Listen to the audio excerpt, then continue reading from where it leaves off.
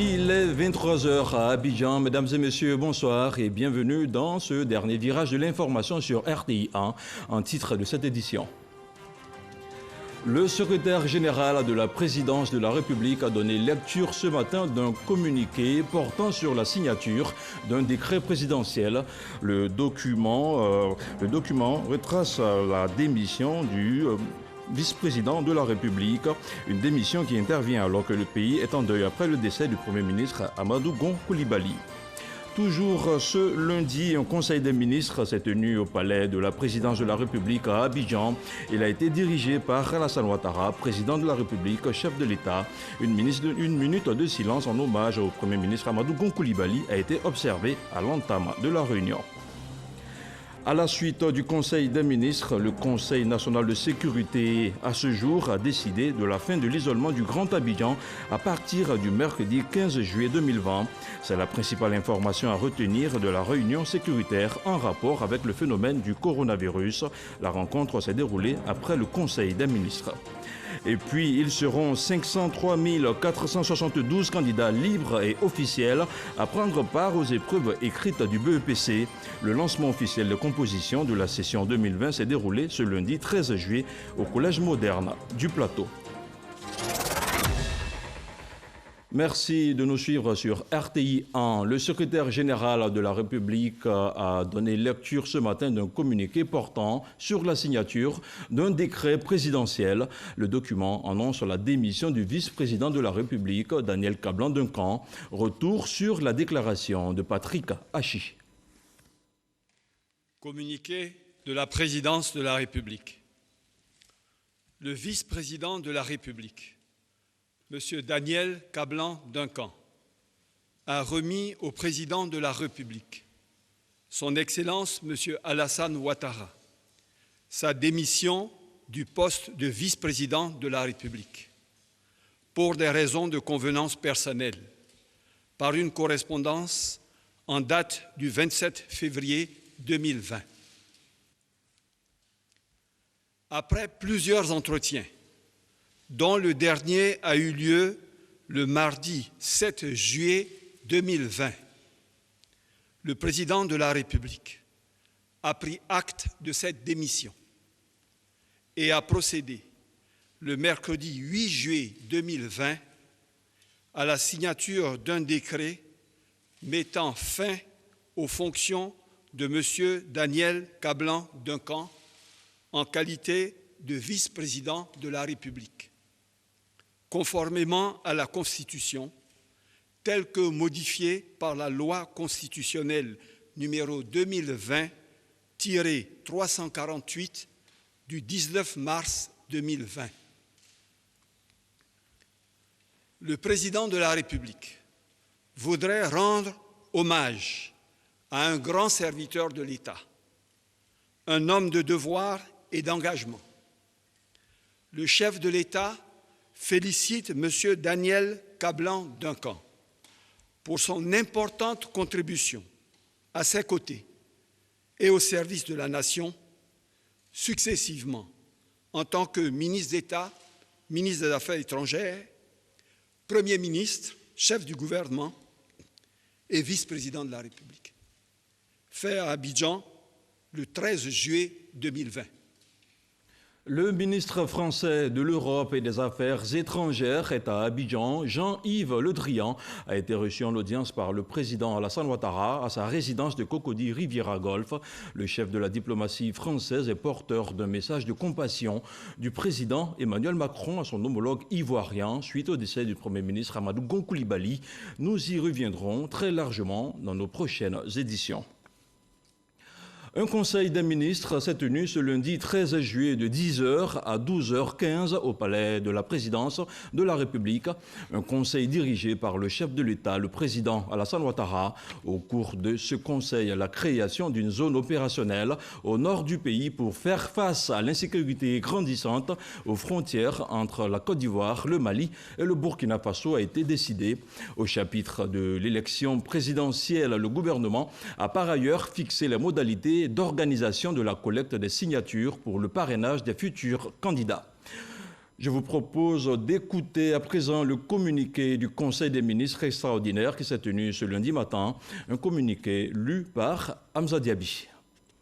Au titre du ministère d'État, ministère de la Défense, le Conseil a adopté un décret portant création de la zone opérationnelle Nord. Devant l'insécurité persistante aux frontières entre la Côte d'Ivoire, le Mali et le Burkina Faso, du fait de la présence de groupes armés terroristes dans ces pays voisins et suite à l'attaque du poste des forces armées de Côte d'Ivoire de Kafolan-BAC le 11 juin 2020, le Conseil a autorisé la création d'une zone opérationnelle au nord de notre pays.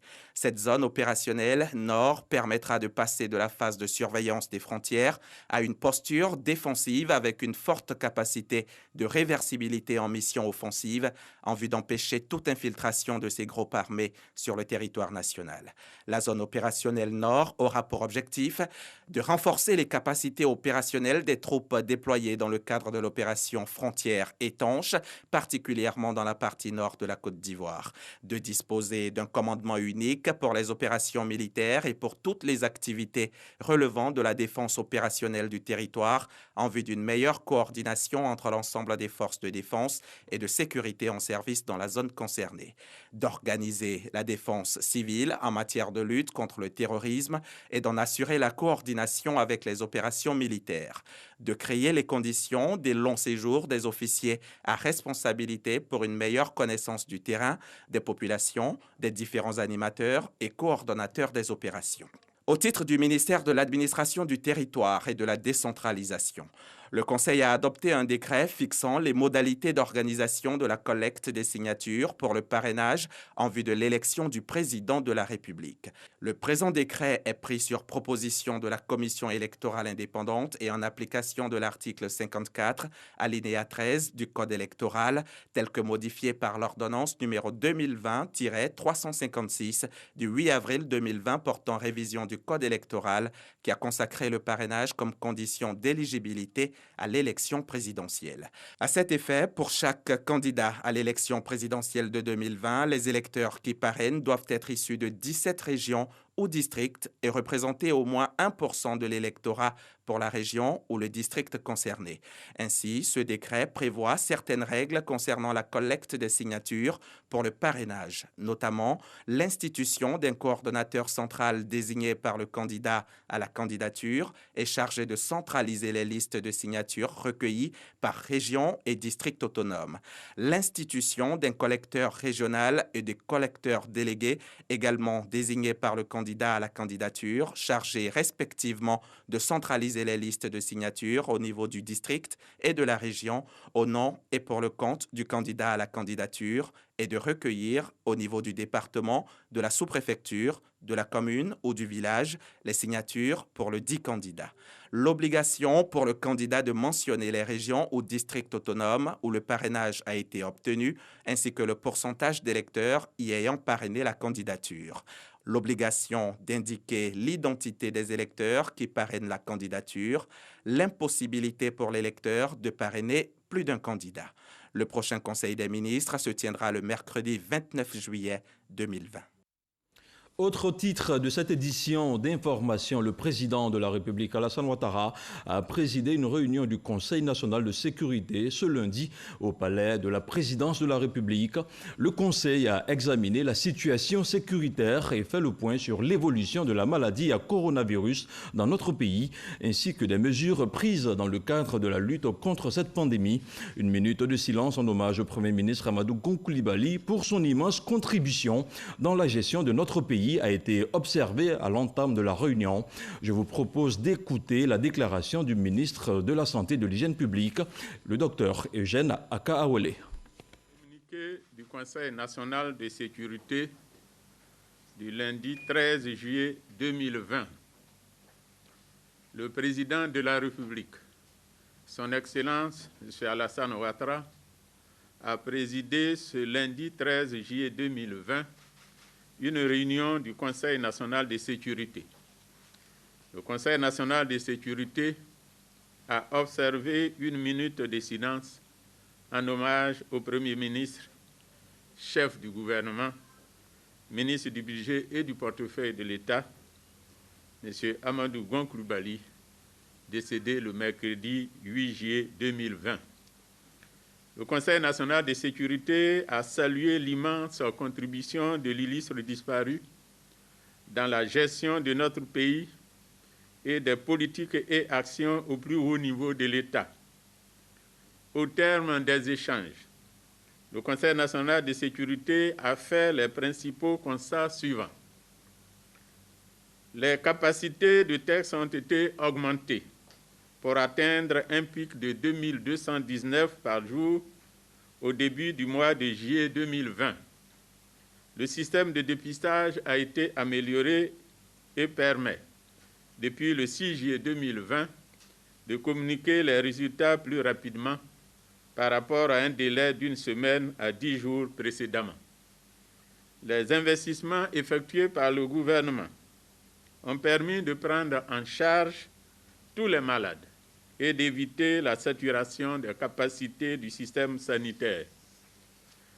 Le réseau des laboratoires à même d'effectuer des tests de dépistage COVID-19 s'est renforcé avec l'opérationnalisation du laboratoire du CHU de Bouaké et de 6 autres laboratoires des CHR à l'intérieur du pays, à savoir San Pedro, Abangourou, Korogo, Odiéné, Man et Daloa, assurant ainsi un bon maillage territorial et une capacité de diagnostic à l'échelle nationale. Le nombre de cas positifs continue de croître en raison de la hausse du nombre de personnes testées par jour, mais le taux de positivité enregistre une baisse relative pour s'établir en moyenne autour de 15% à 20%, contre 41% à la mi-juin 2020. Le taux de décès est resté à 0,7%, soit l'un des plus faibles en Afrique, en raison de la stratégie d'identification précoce et de prise en charge anticipée et gratuite des malades. Le Grand Abidjan demeure l'épicentre de l'épidémie avec 87% des cas confirmés, bien que les risques de naissance de foyers épidémiques à l'intérieur du pays demeurent réels. Les mesures barrières, en l'occurrence le port du masque et la distanciation physique, ne sont pas respectées par les populations. Dans le Grand Abidjan, moins de 10% de la population porte le masque. À l'intérieur du pays, le port du masque n'est pas respecté. Les stocks d'intrants, de consommables, de médicaments, de masques et de matériel de protection sont continuellement renouvelés afin d'éviter des défauts de capacité de dépistage ou de prise en charge. Les mesures sécuritaires et sanitaires ont été renforcées à l'aéroport international d'Abidjan avec la réouverture des frontières aériennes afin de garantir aux voyageurs des conditions de déplacement en conformité avec les mesures de lutte contre la COVID-19. Au regard de ce qui précède, et tenant compte de l'opérationnalisation des 5 hubs régionaux de prise en charge à l'intérieur du pays que sont Bouaké, San Pedro, déjà opérationnels, et Gagnoa, Korogo et Abangourou, en voie d'achèvement, le Conseil national de sécurité décide, après avis du comité scientifique, du maintien de l'état d'urgence jusqu'au 30 juillet 2020, du maintien de la fermeture des frontières terrestres et maritimes, de la fin de l'isolement du Grand Abidjan à partir du 15 juillet 2020, du contrôle systématique du port de masque dans les véhicules et les lieux publics, ainsi que l'application des mesures coercitives définies par décret, du maintien de la fermeture des bars, des boîtes de nuit, des cinémas et lieux de spectacle, du confinement obligatoire de toutes les personnes vulnérables,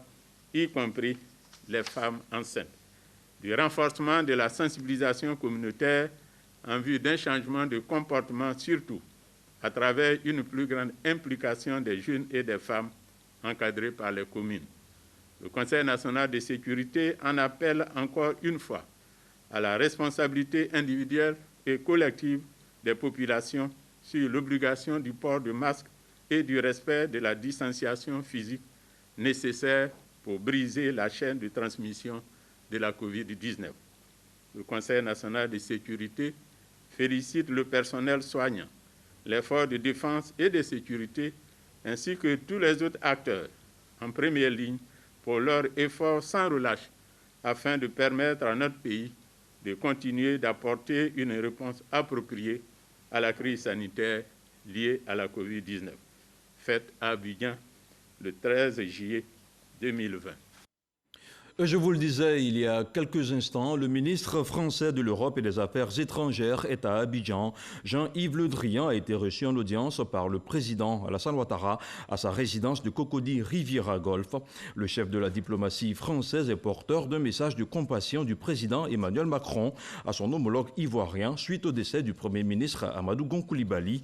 Nous y reviendrons très largement dans nos prochaines éditions. Un mot d'éducation à présent. Le lancement officiel de composition de la session 2020 du BEPC s'est déroulé ce lundi 13 juillet au Collège moderne du Plateau. Mais avant le lancement, le représentant de la ministre de l'Éducation nationale s'est d'abord assuré du strict respect des mesures barrières de la COVID-19 dans les différents centres d'examen. Le constat est signé Jean-Marc Djadji. Nous sommes au Collège moderne du Plateau. Ce matin, plus de 600 candidats dans ce centre affrontent les épreuves écrites du brevet d'études du premier cycle BEPC session 2020. Directeur de centre, surveillant, tout le monde est à son poste. C'est dans ce décor planté que le représentant de Kandia Camara, ministre de l'Éducation nationale, lance officiellement le démarrage des épreuves écrites du BEPC. Après entretien avec les encadreurs, il s'assure avec les équipes de la direction des examens et concours d'ECO du respect strict des mesures barrières contre la COVID-19, notamment le port du masque et la distanciation sociale dans les salles de composition. Les épreuves écrites se déroulent sans incident majeur. Le représentant de la ministre Kandia Camara se dit satisfait. Nous sommes donc venus constater que tout se passe bien, tout se déroule plutôt bien et il était bon pour nous que nous puissions venir apporter les encouragements et le soutien de Madame le ministre pour que les acteurs, élèves, candidats donc, et leurs encadreurs puissent terminer le BEPC dans les meilleures conditions. 503 472 candidats composent dans 799 centres d'examen. Les épreuves écrites du BEPC s'achèveront le mercredi 15 juillet et la proclamation des résultats est prévue pour le mardi 28 juillet 2020. Et on continue à parler d'éducation. Le ministère de l'Éducation nationale, de l'enseignement technique et de la formation professionnelle vient de publier la date du démarrage des inscriptions pédagogiques au titre de l'année 2020-2021. L'opération démarre dans les 48 heures, soit le mercredi 15 juillet, avec les 3 opérateurs de téléphonie mobile de la place.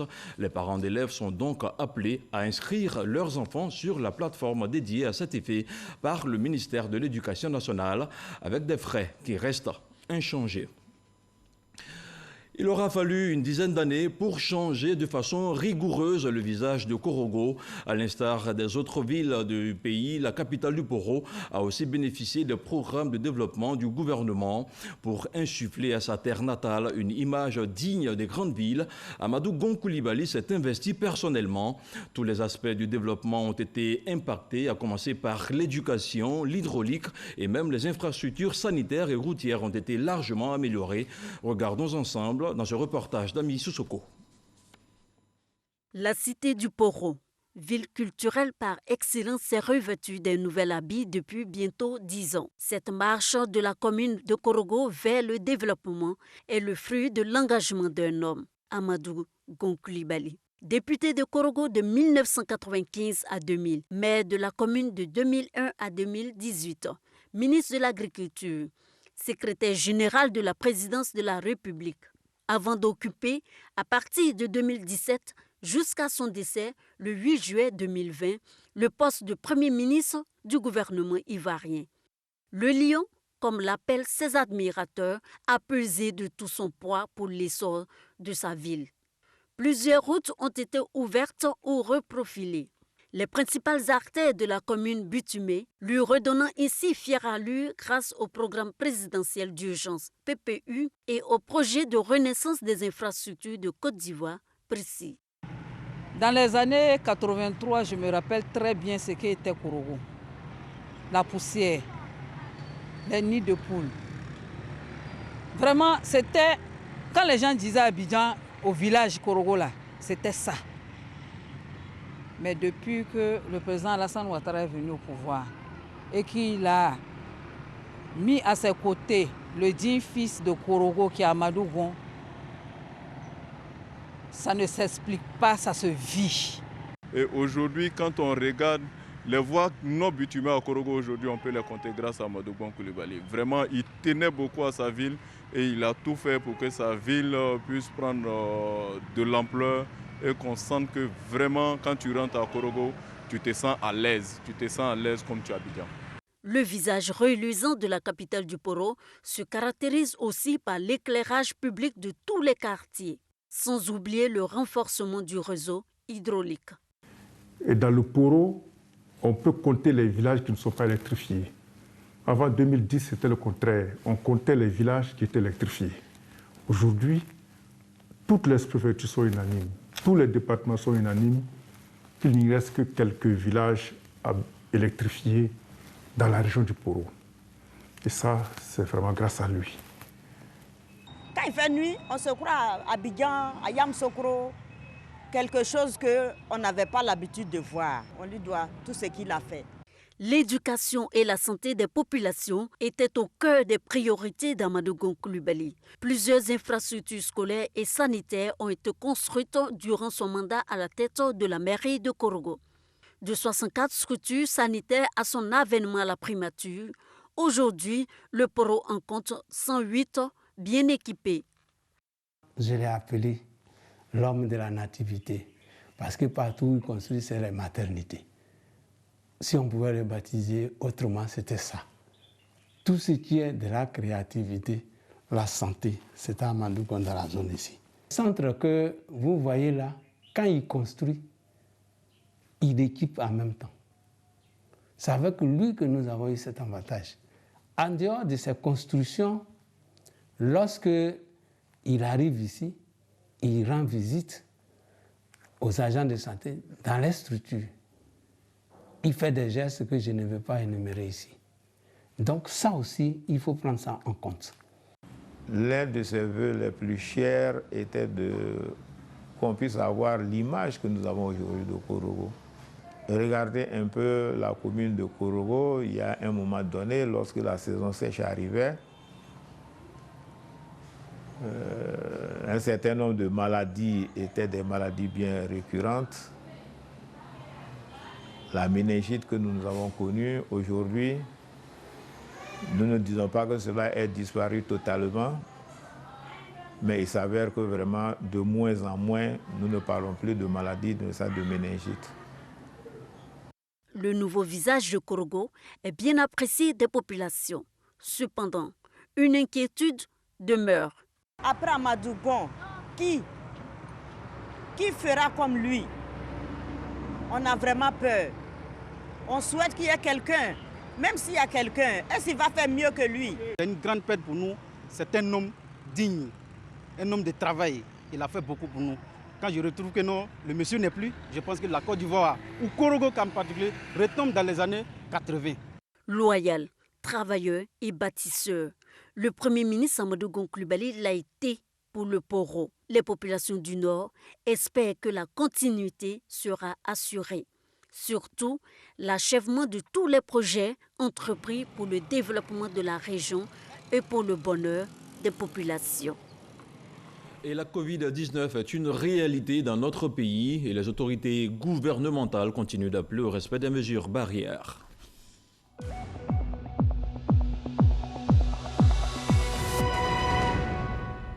Le ministère de la Santé et de l'Hygiène publique a enregistré ce lundi 13 juillet 106 nouveaux cas de Covid-19. On écoute le directeur général de la Santé, le professeur Mamadou Samba, est au micro de Salimatou Dia. Le ministère de la Santé et de l'Hygiène publique a enregistré ce jour, lundi 13 juillet 2020, 106 nouveaux cas de Covid-19 sur 1134 échantillons prélevés, soit 9,3% des cas positifs. 156 guéris et 0 décès. À la date du 13 juillet 2020, la Côte d'Ivoire compte donc 12 872 cas confirmés, dont 6 810 personnes guéries, 84 décès et 5 978 cas actifs. Le nombre total d'échantillons est de 77 314. Le ministre de la Santé et de l'Hygiène publique rappelle que la maladie est présente sur notre sol et continue sa progression au sein des populations. Il exhorte les populations au strict respect des mesures barrières, notamment le lavage des mains à l'eau et au savon et le port du masque dans les lieux publics afin de nous protéger et de protéger les autres. Le ministre de la Santé et de l'Hygiène publique en appelle à la discipline et à la responsabilité de tous et de chacun dans cette lutte car nous pouvons tous être contaminés. N'hésitez pas à vous rendre dans les centres d'accueil et de dépistage Covid-19 si vous toussez, avez de la fièvre, des difficultés respiratoires et une perte de goût et de l'odorat. Ou appelez les numéros gratuits suivants, le 101, le 119, le 125 et le 143. Le ministre de la Santé et de l'Hygiène publique remercie et félicite tous les acteurs du système de santé pour leur engagement et leur dévouement dans la lutte contre la pandémie. Le point presse du gouvernement de ce lundi nous donne les dernières informations sur la riposte sanitaire et sécuritaire. Il est bon de savoir que les autorités ivoiriennes restent déterminées à freiner la pandémie dans notre pays. Un point suivi de bout en bout par Serge Coléa. Le point presse du gouvernement de ce lundi 13 juillet sur la gestion de la Covid-19 s'intéresse particulièrement à la ville de Katioula. Située au centre-nord de la Côte d'Ivoire, cette commune présente un plan de lutte en phase avec les décisions gouvernementales. On retiendra les nombreuses rencontres de sensibilisation organisées par la mairie de Katioula avec la chefferie traditionnelle, les chefs de communauté, les guides religieux, les associations des jeunes, la diffusion par un véhicule sonorisé d'un message de sensibilisation de lutte contre la Covid en français, en tabanan, en malinké. La riposte sanitaire, menée en liaison avec tous les acteurs, reste centrée sur le dépistage, la prise en charge et la sensibilisation. Des cas ont été signalés à l'intérieur du pays et constituent 4% des cas. L'intérieur du pays demeure donc toujours faiblement impacté, même si le nombre de cas est en augmentation dans certaines localités comme Boaké, San Pedro, Aboissou. Et cela devient problématique. D'autres communes, d'autres localités comme Abengourou, Soubré, Gagnoa, Yamsokro sont à surveiller de près. Beaucoup d'efforts sur nous-mêmes sont nécessaires à faire, mais non insurmontables pour en venir à bout de cette pandémie dans notre pays. Adhérons massivement aux mesures barrières à visée préventive, c'est-à-dire en limitant tous nos déplacements non essentiels, en pratiquant la distanciation sociale, surtout physique, en nous lavant régulièrement les mains à l'eau et au savon, en portant obligatoirement nos masques dans le Grand Abidjan et de manière recommandée à l'intérieur du pays, surtout dans les milieux publics. L'efficacité de la riposte sanitaire s'appuie toujours sur le plan sécuritaire. Au moment où la Côte d'Ivoire, notre pays, pleure un fils de statut exceptionnel et s'apprête à lui rendre au plan institutionnel et populaire des hommages dus à ses rangs. À cet effet, au regard de ce qui prévaut, voulions au nom du directeur général de la police nationale, du commandant supérieur de la gendarmerie ivoirienne, du chef d'état-major général des armées et des commandants des autres forces paramilitaires, inviter avec insistance tous nos compatriotes à observer et faire observer, à l'occasion des déplacements et rassemblements, que cette malheureuse situation engendre et engendrera tous les principes, barrières éditées, notamment et surtout celui lié au port obligatoire du masque en tout lieu public. Vigilance, respect des mesures et gestes barrières, notamment le port obligatoire du masque, sont toujours des rigueurs à Abidjan et à l'intérieur du pays. Et voilà qui referme cette édition d'information, un journal préparé par l'ensemble de la rédaction de RTI 1. Retrouvez Régis Kofi mardi à 6h30 et Kolo Koulibaly pour l'édition de 13h. Bonsoir.